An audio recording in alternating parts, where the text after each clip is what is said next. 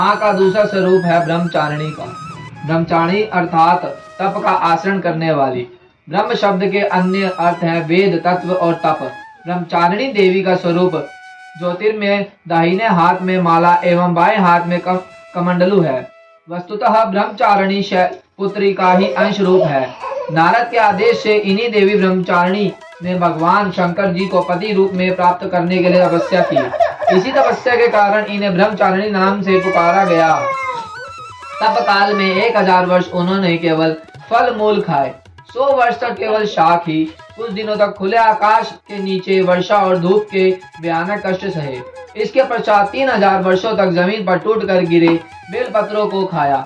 भगवान शंकर की दिन रात आराधना की। इसके बाद सूखे बेलपत्रों को भी खाना छोड़ दिया।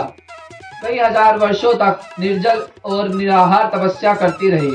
पत्तों को भी खाना छोड़ देने के कारण उनका नाम अपरा पड़ा। उनकी इस तपस्या से तीनों लोकों में तहलका मच गया। देवता, ऋषि, सिद्धगण, मुनि सभी ब्रह्मचारिणी देवी की तपस्या की सराहना करने लगे।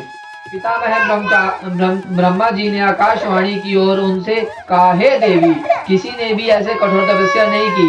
तुम्हारे इस अलौकिक तप की सब ओर से सराहना हो रही है। तुम्हारी मनोकामना पूर्ण होगी।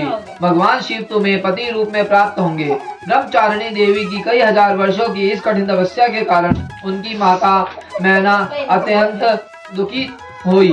ब्रह्मचारिणी देवी को देख माँ के मुंह से निकला, उई माँ। तब से देवी ब्रह्मचारिणी का नाम उमा भी पड़ गया।